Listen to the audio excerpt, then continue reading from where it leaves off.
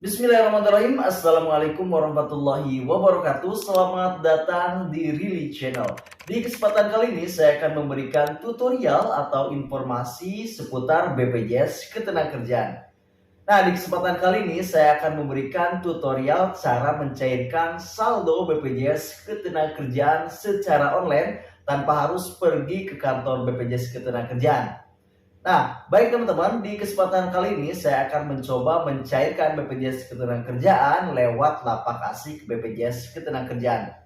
Nah, tentunya video ini sangat cocok bagi teman-teman yang ingin klaim di aplikasi JMO, namun untuk pengkinian data teman-teman diblokir, sehingga teman-teman tidak bisa melakukan pencairan dana lewat JMO, karena persyaratan untuk pencairan lewat JMO harus pengkinian data. Yang kedua, video ini sangat cocok bagi teman-teman yang memiliki saldo di atas 10 juta. Karena pada dasarnya untuk saldo di atas 10 juta wajib pencairan lewat lapak asik atau langsung datang ke kantor BPJS Ketenagakerjaan terdekat. Baik teman-teman, namun jangan khawatir bagi teman-teman yang tetap ngotot ingin mencairkan lewat JMO atau lewat aplikasi JMO, teman-teman bisa buka blokiran teman-teman lewat online juga ya. Untuk caranya bisa cek video yang ini. Di situ saya sudah jelaskan bagaimana caranya untuk membuka blokiran pengkinian data. Baik teman-teman, langsung saja kita masuk ke tutorial cara mencairkan saldo BPJS Ketenagakerjaan lewat lapak asik. Nah, silakan di sini silakan teman-teman untuk mengambil handphone teman-teman terlebih dahulu ya. Di sini kita langsung saja masuk ke Google Chrome, atau bagi teman-teman yang memiliki browser dari bawaan HP silahkan bisa digunakan. Nah, di sini kita langsung cari atau langsung ketik pencarian lapak asik BPJS Ketenagakerjaan. Baik teman-teman, ini ada yang pertama ya, yaitu lapak asik BPJS Ketenagakerjaan. Nah, di sini silakan teman-teman klik saja pada bagian paling atas ya, yaitu lapak asik BPJS Ketenagakerjaan. Baik teman-teman, ini adalah tampilan utama dari lapak asik BPJS Ketenagakerjaan. Di sini ada beberapa kategori untuk mencairkan saldo BPJS Ketenagakerjaan sesuai dengan keinginan teman-teman ya. Di sini ada yang pertama, peserta mencapai usia pensiun 56 tahun. Kemudian peserta mengundurkan diri. Kemudian yang ketiga yaitu peserta mengalami pemutusan hubungan kerja. Yang keempat yaitu kepesertaan 10 tahun pengambilan sebagian 10%. Baik teman-teman, nah untuk kepesertaan 10 tahun atau pengambilan sebagian 10% sudah saya bahas videonya ya. Di video yang ini saya sudah berikan tutorialnya bagaimana caranya untuk mencairkan saldo BPJS Ketenagakerjaan 10% ya. Jadi tidak harus semuanya diklaim ya teman-teman. Baik, selanjutnya yang kelima yaitu kepesertaan 10 tahun pengambilan 30%. Nah, untuk kategori ini yaitu bagi teman-teman yang ingin mengambil perumahan ya atau KPR. Jadi teman-teman bisa mengambil DP atau sisa cicilan dari saldo BPJS Ketenagakerjaan. Nah, untuk caranya sudah saya buatkan juga di video yang ini. Itu saya sudah jelaskan bagaimana caranya untuk klaim saldo BPJS Ketenagakerjaan 30% yaitu untuk KPR. Baik, selanjutnya yang keenam yaitu peserta mencapai usia pensiun karena PKB, perjanjian kerja bersama oleh perusahaan. Yang ketujuh yaitu peserta berakhir kontrak atau pekerja dengan status PKWT atau kontrak. Nah, di sini silakan teman-teman untuk memilih kategori mana sih yang akan kita ajukan klaim pada saat ini. Baik teman-teman, di sini ada beberapa formulir yang harus kita isi sebelum kita mendapatkan jadwal wawancara ya. Yang pertama yaitu kategori yang akan kita pilih ya teman-teman. Kemudian yang kedua yaitu data pekerja. Kemudian yang ketiga yaitu data pekerja tambahan. Yang keempat sebab klaim dan dokumen pendukung. Yang kelima yaitu KPJ atau dokumen tambahan. Selanjutnya formulir yang keenam yaitu konfirmasi data pengajuan. Nah, setelah ini kita akan mengisi 6 formulir ya. Jadi jangan sampai salah untuk mengisi formulir-formulir nanti yang diberikan oleh pihak lapak asik BPJS Ketenagakerjaan. Jadi silakan teman-teman simak video ini sampai selesai supaya tidak ada kesalahan dalam penguploadan data nantinya. Baik teman-teman, di sini langsung saja klik saya setuju ya teman-teman, dan kemudian kita diarahkan untuk memilih salah satu verifikasi, yaitu di sini ada lampu lalu lintas. Silahkan pilih, karena saya salah pilih sepeda. Oke, langsung saja di verifikasi dan berhasil ya, centang saya bukan robot. Kemudian kita langsung klik berikutnya. Baik teman-teman, ini kita masuk ke formulir yang kedua, yaitu data pekerja. Nah, di sini silakan teman-teman untuk mengisi data teman-teman. Yang pertama yaitu nomor induk KTP, kemudian nomor peserta BPJS Ketenagakerjaan, selanjutnya nama sesuai KTP, kemudian di sini masukkan tempat lahir dan kemudian tanggal lahir. Nah, untuk tempat dan tanggal lahir harus sesuai dengan data yang ada di BPJS ya teman-teman. Kemudian yaitu nama ibu kandung. Untuk nama ibu kandung, silakan teman-teman bisa melihat pada kartu keluarga teman-teman. Jika semuanya sudah diisi, silakan teman-teman untuk klik berikutnya ya. Konfirmasi persetujuan, silakan gunakan JMO Jam Sostek Mobile agar pengajuan klaim Anda lebih cepat dan mudah. Apakah Anda bersedia? Baik teman-teman, ini adalah konfirmasi persetujuan. Nah, bagi teman-teman yang ingin klaimnya cepat, jadi biasanya untuk lewat JMO itu sehari langsung bisa cair ya teman-teman. Berbeda dengan di Lapak Asik karena akan menunggu konfirmasi wawancara ya teman-teman. Jadi ada beberapa tahapan untuk pencairannya. Namun bagi teman-teman yang saldonya di atas 10 juta atau akun JMO-nya bermasalah, teman-teman bisa melanjutkan pengklaiman ini. Nah, di sini apakah Anda bersedia? Di sini klik saja bersedia ya teman-teman. Baik teman-teman, dan selanjutnya kita dialihkan ke formulir yang ketiga, yaitu data pekerja tambahan. Di sini silakan masukkan alamat domisili ya teman-teman. Jadi supaya teman-teman berada di Jakarta, kemudian KTP-nya KTP daerah, maka alamat domisilinya harus di Jakarta ya, bukan alamat pada KTP.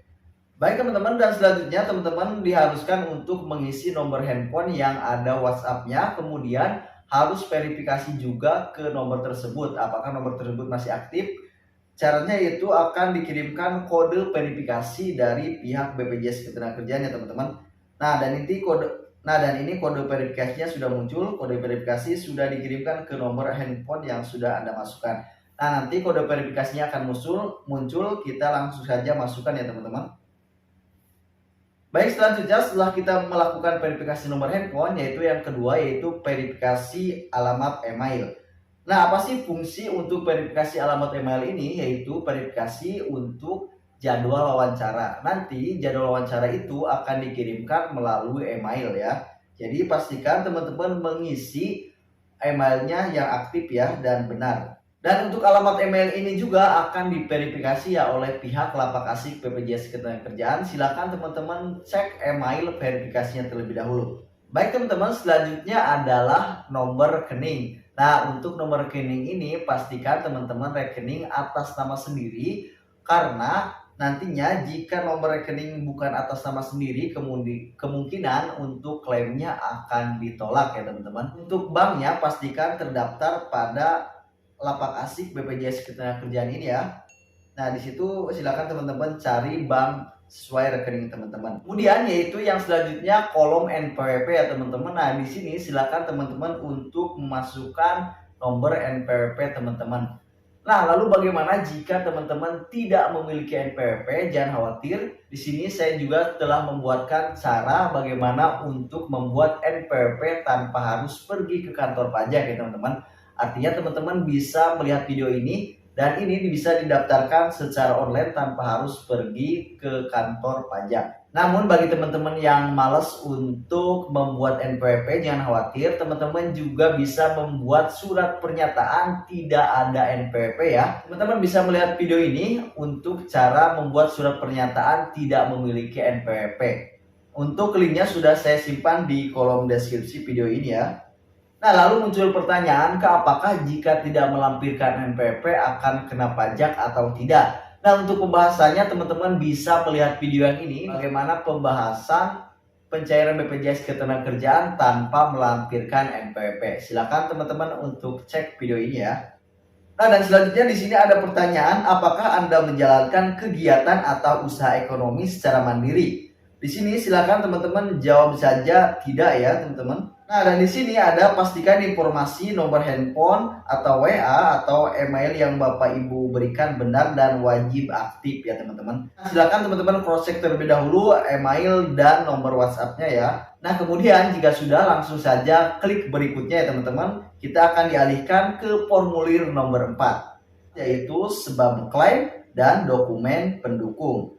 Nah, di sini untuk sebab klaim teman-teman bisa memilih salah satu dari beberapa pilihan ini ya, sesuai dengan kategori teman-teman. Nah, di sini ada beberapa kategori. Yang pertama, peserta mengalami pemutusan hubungan kerja atau bagi teman-teman yang terkena PHK, kemudian peserta berakhir kontrak. Nah, selanjutnya peserta mencapai usia pensiun dan peserta mengundurkan diri. Nah, di sini silakan teman-teman pilih kategori sesuai dengan kenyataan teman-teman ya. Karena nantinya akan diverifikasi melalui wawancara dari pihak BPJS Ketenagakerjaan. Baik teman-teman, selanjutnya kita akan diarahkan untuk upload dokumen ya. Jadi terlebih dahulu teman-teman untuk membaca ketentuannya, yang pertama dokumen harus di-scan ya teman-teman atau juga bisa dipoto. Yang kedua, maksimal ukuran filenya jangan terlalu besar yaitu maksimal 6 MB ya. Selanjutnya untuk tipe filenya yaitu bisa JPG, JPEG, PNG, BMP, dan PDF. Selanjutnya pastikan dokumen yang diminta telah lengkap, sesuai, terbaca, dan tidak terpotong. Yang kelima, pastikan dokumen yang diupload tidak rusak dan tidak ada passwordnya. Baik teman-teman, di sini langsung saja kita upload ya berkas-berkas yang diminta oleh pihak BPJS Ketenagakerjaan. Nah, di sini ada foto kartu BPJS Ketenagakerjaan. Silakan yang belum memiliki teman-teman untuk cetak terlebih dahulu. Kemudian KTP atau bukti identitas lainnya. Selanjutnya yaitu foto diri. Nah, untuk foto diri ini adalah foto selfie ya teman-teman. Biasanya kayak gini nih, selfie biasa. Selanjutnya yaitu foto NPWP. Nah, bagi teman-teman yang tidak memiliki NPWP, jadi teman-teman pas upload berkas di NPWP yaitu surat pernyataan tidak memiliki NPWP. Selanjutnya yaitu upload paklaring. Nah, dan bagi teman-teman yang tidak memiliki paklaring, jangan khawatir, teman-teman bisa membuat surat pernyataan tidak memiliki paklaring. Nah, untuk tutorialnya teman-teman bisa melihat video yang ini. Di situ saya sudah jelaskan bagaimana caranya untuk membuat surat pernyataan tidak memiliki paklaring, dan bahkan teman-teman bisa unduh file ini secara gratis. Namun, teman-teman harus memiliki bukti bahwa teman-teman pernah bekerja ya, yaitu ID card, slip gaji, atau bahkan seragam teman-teman harus dipoto dan dilampirkan ke surat pernyataan ini. Nah, oke teman-teman, di sini langsung saja kita upload fotonya ya. Nah, jika muncul tampilan seperti ini, maaf, ukuran dokumen yang diunggah tidak boleh lebih kecil dari 50 KB.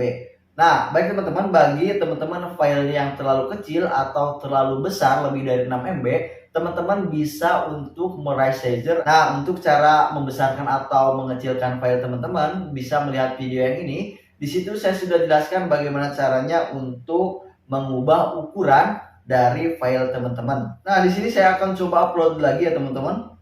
Nah, dan di sini berhasil. Artinya file yang saya upload adalah filenya sesuai dengan ukuran yang diminta oleh Lapak Asik. Silakan teman-teman untuk upload semua filenya. Jika sudah, teman-teman langsung saja untuk klik berikutnya ya. Baik teman-teman, dan di sini kita diarahkan ke formulir yang kelima, yaitu formulir KPJ dan dokumen tambahan. Ini adalah opsional ya teman-teman. Nah, pada file ini, jadi bagi teman-teman yang memiliki dokumen atau memiliki KPJ lebih dari satu, silakan teman-teman untuk menambahkan nomor KPJ di sini ya teman-teman. Di sini juga bisa menambahkan paklaring teman-teman. Jadi, jika teman-teman memiliki KPJ 3, jadi teman-teman bisa menambahkan pada menu ini 2 KPJ dan 2 paklaring. Nah, di sini silakan teman-teman tinggal klik saja tambah ya teman-teman. Selanjutnya untuk jenis dokumen tambahan di sini bisa teman-teman memilih kartu BPJS Ketenagakerjaan atau paklaring. Nah, silakan untuk deskripsinya yaitu nomor dari KPJ ya teman-teman. Nah, lampirkan dokumen tambahan. Baik teman-teman, jika sudah langsung saja kita cross check terlebih dahulu ya. Nah, di sini sudah masuk untuk jenis dokumen tambahannya. Langsung saja kita klik berikutnya teman-teman. Di sini kita masuk ke formulir yang keenam yaitu konfirmasi data pengajuan. Nah, di sini silakan teman-teman cross check terlebih dahulu ya sebelum kita mengajukan klaim di lapak asik BPJS Ketenagakerjaan. Di sini silakan teman-teman lihat terlebih dahulu data-data yang kita ajukan tadi. Jika sudah, klik simpan ya teman-teman. Nah, di sini ada tulisan konfirmasi persetujuan. Konfirmasi persetujuan dengan ini saya menyatakan informasi yang saya sampaikan di atas dibuat dengan sebenarnya secara sadar. Apabila di kemudian hari terdapat hal-hal yang tidak benar, baik mengenai dokumen yang saya berikan serta keterangan yang saya sampaikan, saya bersedia mempertanggungjawabkannya dan diproses secara hukum. Nah, di sini langsung saja kita klik setuju ya teman-teman. Nah, kemudian ada muncul berhasil pengajuan lapak asik Anda berhasil, bukti pengajuan kami kirimkan ke email yang Anda entry sebelumnya. Nah, di sini jadi untuk bukti bahwa teman-teman telah melakukan pengajuan lapak asik dikirimkan melalui email untuk jadwal wawancaranya ya. Dan di sini juga akan ditampilkan ya teman-teman untuk jadwal wawancaranya. Nah, dan di sini sudah muncul ya teman-teman nomor pengajuan lapak asik. Di sini diberikan nomornya, kemudian ada kode QR-nya. Nah, di sini tertera nama lengkap kita, kemudian nik, jenis kelamin, nomor handphone yang tadi kita tulis, kemudian email. Nah, dan di sini yang paling penting yaitu tanggal dan jam wawancara konfirmasi. Baik teman-teman, setelah kita berhasil melakukan pengisian data tadi dari 6 formulir tadi dan berhasil, kita akan mendapatkan jadwal wawancara. Nah, untuk wawancaranya yaitu biasanya 2 hari setelah kita mengajukan dari lapak asik BPJS Ketenagakerjaan ini. Nah, pastikan untuk wawancara teman-teman sudah mengikuti arahan yang telah diberikan oleh pihak BPJS Ketenagakerjaan ya. Di sini ada arahan-arahannya teman-teman, bisa lihat di paling bawah ini. Baik teman-teman, dan teman-teman jangan khawatir bagi teman-teman yang ingin lolos verifikasi atau wawancara oleh pihak BPJS Ketenagakerjaan, teman-teman bisa melihat video yang ini. Di situ saya sudah bocorkan trik dan tips untuk menjawab pertanyaan dari pihak BPJS Ketenagakerjaan berkaitan tentang wawancara dari BPJS Ketenagakerjaan.